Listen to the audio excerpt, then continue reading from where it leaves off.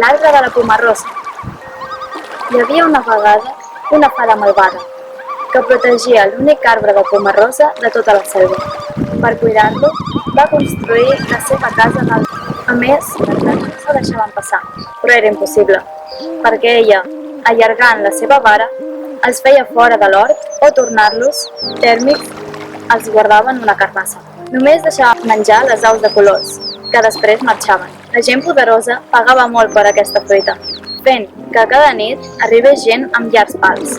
Però la dona, surant amb el garrot, els llançava als arbustos. De cop i volta, el cel es va enfosquir i van caure llamps i trons. Els arbres de fruites van deixar de donar fruits, excepte el solitari arbre de la pomarrosa. La fam va fer que els amics de dos veloços pares es conversessin per pujar a l'arbre, del que no van baixar. Quan les seves filles ho van saber, van venir a rescatar-los. Llavors, vigilant a la fada, van veure que dormia surant i només s'alimentava de pastissos de pomarrosa. Fins que un dia una multitud envoltant l'arbre va avançar per emportar-se els fruits. En aquell moment, les noies van pujar, però la dona les va enderrocar i amb els seus llangardaixos, en 2 minuts, van espantar tothom.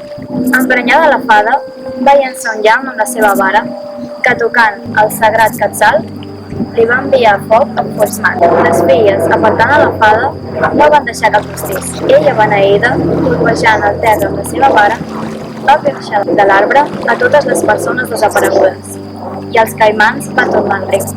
Bufant, van créixer més arbres de pomarrosa, dels que la gent va menjar a gust els seus fruits.